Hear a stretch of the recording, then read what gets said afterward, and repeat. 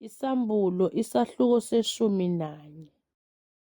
Nganikwa uhlanga lufana nenduku, kwathiwa, "Sukuma ulinganise ithempeli likaNkulunkulu ne-althare nabakhulekayo kulo, kepha igceke elingaphandle kwethempeli ulishiye ngaphandle, ungalilinganisi, ngokuba linikwe izizwe. Nomuzi ongcwele ziyakunyathela phansi inyanga ezingama-42.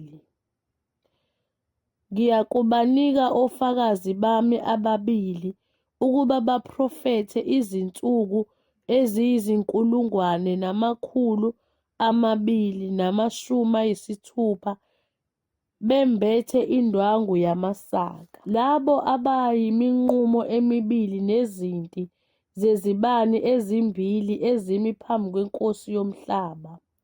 Uma kukhona ofuna ukona laba, kuphuma umlilo emlonyeni wabo, udle izitha zabo uziqede. Yebo, uma kukhona ofuna ukona laba, kumelwe ukuba abulawe kanjalo.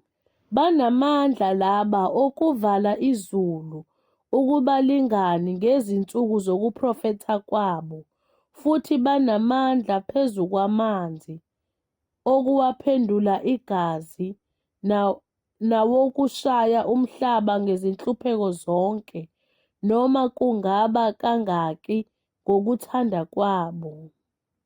Kuyakuthi sebeqedile ubufakazi babo, isilo esiphuma kwalasha siyakulwa nabo sibanqobe sibabulale. Nezidumbu zabo ziyakusala ezitaladini zomuzi omkhulu othiwa ngokomoya iSodoma neGibhithe, lapho nenkosi yabo yabethelwa khona.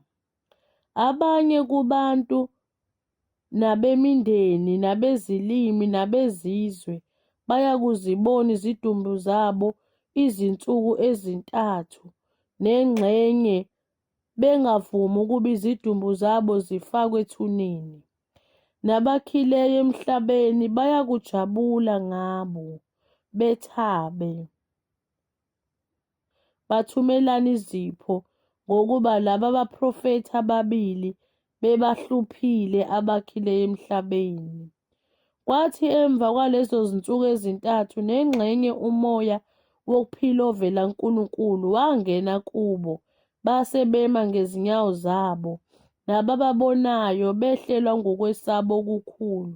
Bezwa izwi elikhulu livela ezulwini, lithi kubo, "Yenyukelani lapha."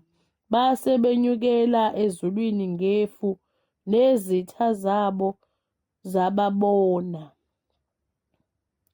Ngalelo hora kwabakhona ukuzamazama okukhulu komhlaba. Kwawa okweshumi komuzi, nangokuzamazama komhlaba kwabulawa abantu abayizinkulungwane eziyi-7, nabaseleyo bashawa luvalo, bamdumisa uNkulunkulu wezulu. Kwadlula uMaye wesibili, bheka uMaye wesithathu uyeza masinyane.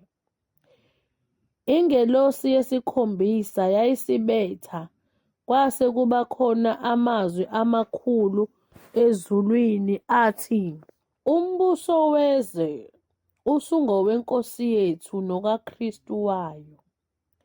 Iyakubusa kuze kube phakade naphakade." Namalunga angama-24 ahlezi phambi kukaNkulunkulu ezihlalweni zawo zobukhosi, akhothama ngobuso bawo, akhuleka kuNkulunkulu, ethi, "Siyakubonga, Nkosi, Nkulunkulu Mninimandla onke, okhona nowawukhona, ngokuba uthabathe amandla akho amakhulu wabusa. Nezizwe zazinolaka, kepha kwafika ulaka lwakho, nesikhathi sokwahlulelwa kwabafileyo nokunika umvuzo izinceku zakho, abaprofethi nabangcwele nababesaba igama lakho, abancane nabakhulu, nokubhubhisa ababhubhisa umhlaba. Kwase kuvulwa ithempeli likaNkulunkulu elisezulwini, kwabonakala umphongolo wesivumelwano sakhe ethempelini lakhe. Kwase kuba khona imibani, namazwi, nokuduma, nokuzamazama komhlaba, nesichotho esikhulu.